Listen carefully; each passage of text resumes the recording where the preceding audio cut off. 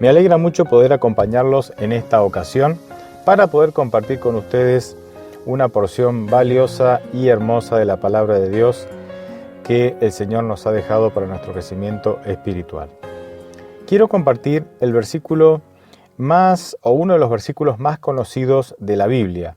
Y es así porque es el primer versículo de la Biblia. Se encuentra en Génesis 1, versículo 1. Es muy conocido y el texto dice lo siguiente. En el principio creó Dios los cielos y la tierra. La tierra estaba desordenada y vacía. Las tinieblas estaban sobre la faz del abismo y el Espíritu de Dios se movía sobre la faz de las aguas. Recuerdo una vez que me encontré con una señora que estaba leyendo la Biblia y ella me dijo, ¿cómo leo la Biblia? Porque yo la he leído desde una punta, de un extremo al otro, desde Génesis hasta Apocalipsis, y no logro entender el hilo temático que tiene la Biblia. Yo le dije, bueno, lo que pasa es que la Biblia no es un libro como cualquier otro libro, que uno lo lee desde la primera página hasta la última. A la Biblia hay que leerla por temas, pero de todas maneras, usted comenzó por el principio, empezó por Génesis 1.1. Bueno, Génesis 1.1 ya nos da una característica importantísima de Dios, que es la capacidad que Dios tiene para crear. Dios en Génesis 1.1 se presenta como creador. Este pasaje en el que acabo de leer con ustedes, encontramos la tierra, cómo se encontraba la tierra antes de que Dios pudiera intervenir en ella. Y básicamente la tierra, tal como la presenta Génesis capítulo 1, versículo 1, tiene tres características. Estaba desordenada, estaba vacía y también estaba en tinieblas, es decir, estaba oscura porque no tenía luz. Y al leer estas características del planeta Tierra, antes que Dios interviniera en él, no puedo dejar de pensar que muchas veces esta puede ser una perfecta descripción de nuestra vida. Que aunque tenemos todo, está desordenado o puede estar desordenada. Que aunque estamos llenos de cosas, podemos estar vacíos.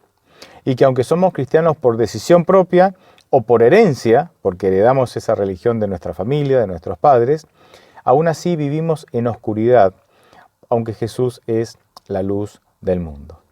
A pesar de esta condición, y esto me gusta muchísimo del pasaje que estamos leyendo, es que a pesar de esta condición, dice el texto que el Espíritu de Dios se movía. En hebreo, la palabra se movía también puede ser traducida como aleteaba, es como que se desplazaba por las aguas ahí por el planeta.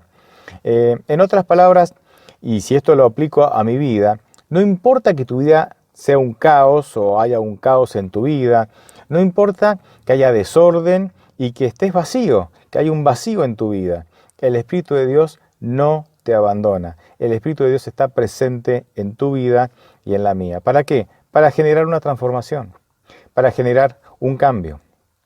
La expresión hebrea que se traduce por desordenada y vacía, en otros pasajes de la Biblia se traduce por desolación.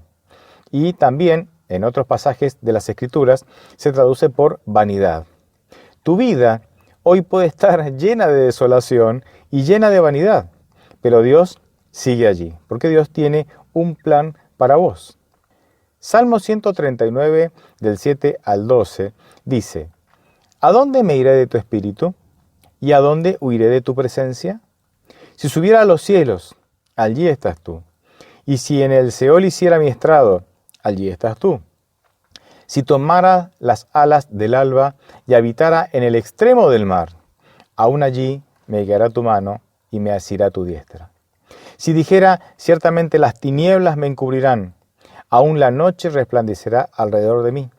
Aún las tinieblas no encubren de ti, y la noche resplandece como el día. Lo mismo te son las tinieblas que la luz.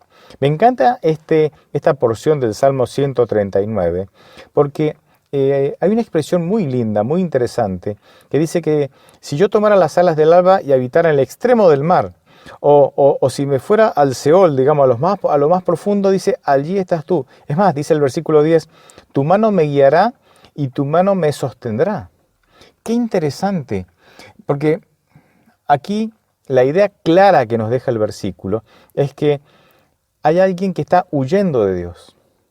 Está huyendo hasta el extremo, hasta lo más profundo, y sin embargo, aunque está huyendo, dice que Dios lo guía y lo sostiene. ¿Por qué Dios guiaría, por qué el Espíritu de Dios guiaría y sostendría a aquellos que huyen de la presencia de Dios? Porque Dios nos ama y nunca nos va a abandonar, aunque nosotros nos alejemos de Él. De hecho, nosotros podemos alejarnos de Dios, pero Dios no se aleja de nosotros. Él siempre está atento, cerca nuestro, para que si en algún momento nosotros necesitamos ayuda y clamamos, Él inmediatamente interviene en nuestra vida. Ahora, ¿de qué manera puede Dios intervenir en nuestra vida? Bueno, de muchas maneras, obviamente, pero si nosotros seguimos la estructura de Génesis 1, que compartimos recién, vamos a notar que lo primero que hace Dios es traer luz. Esto lo vemos en el versículo 3 del capítulo 1. La luz representa la revelación de Dios en tu vida. Él se da a conocer mediante un recuerdo, una palabra, un mensaje, una persona que te habla de Dios, un canto, un versículo, etcétera. Bueno, y tantas otras maneras, ¿verdad? Así que lo primero que hace Dios es revelarte, es hacerte notar que Él está cerca tuyo. Lo que nos toca a nosotros es tener fe en la revelación.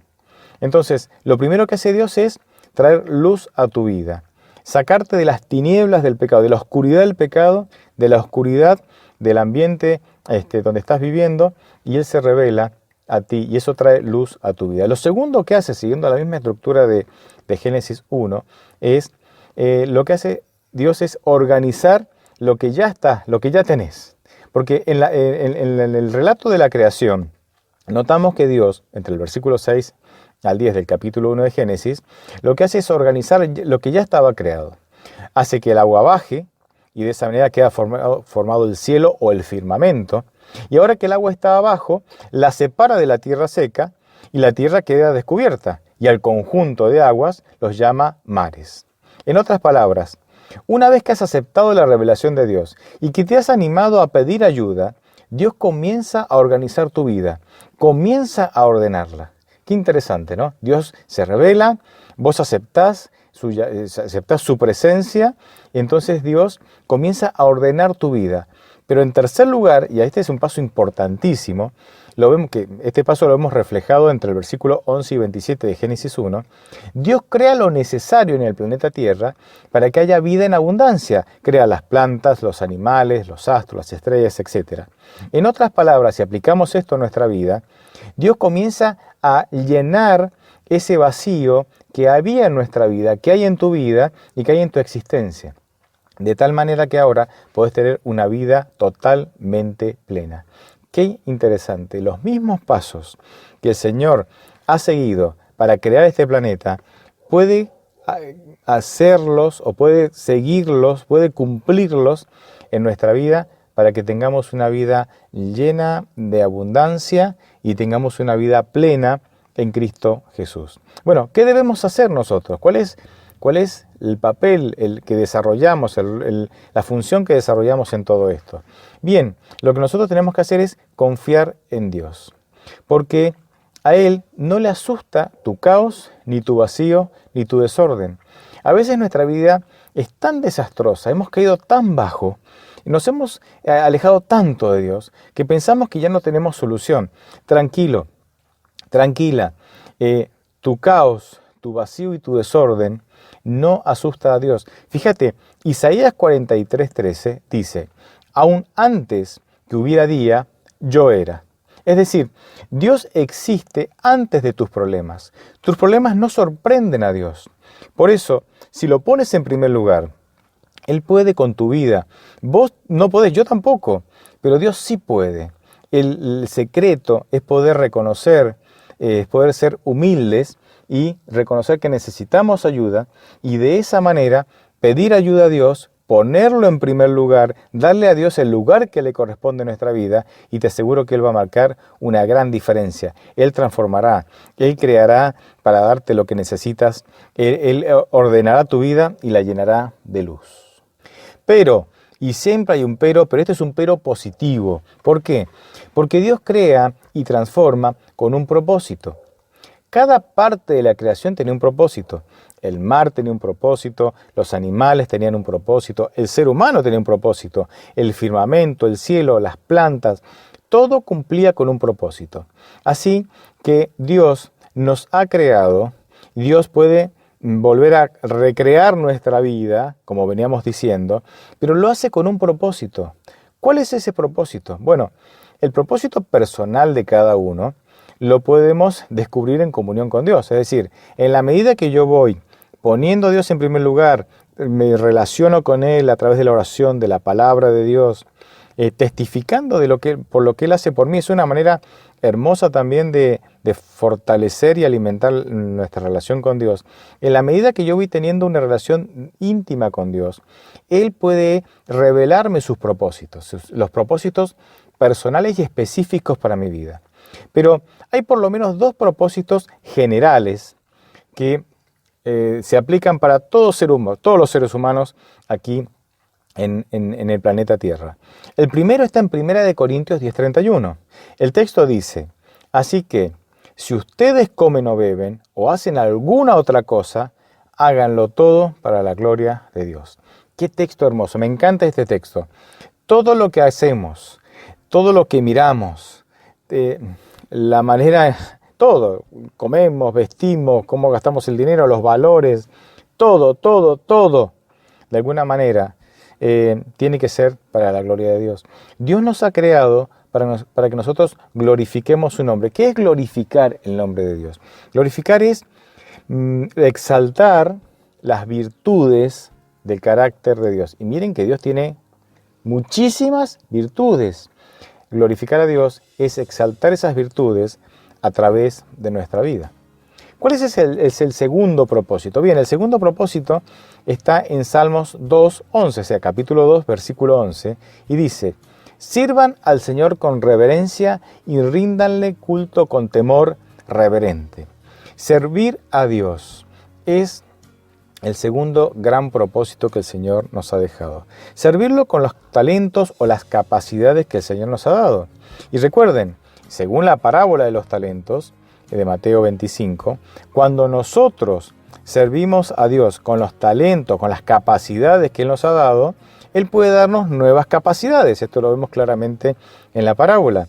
Y otro punto interesante es que a Dios lo servimos por medio de nuestro prójimo. Es decir, cuando yo estoy sirviendo, atendiendo las necesidades, ocupándome de alguna manera, en la medida de mis posibilidades, de las personas que me rodean, de nuestro prójimo, entonces en realidad estamos sirviendo a Dios a través de ellos. Porque Jesús dijo: si ustedes hacen esto con alguno de estos pequeños, conmigo lo están haciendo. Así es que servir a Dios a través de otras personas es el segundo gran propósito que Dios tiene para todos los seres humanos.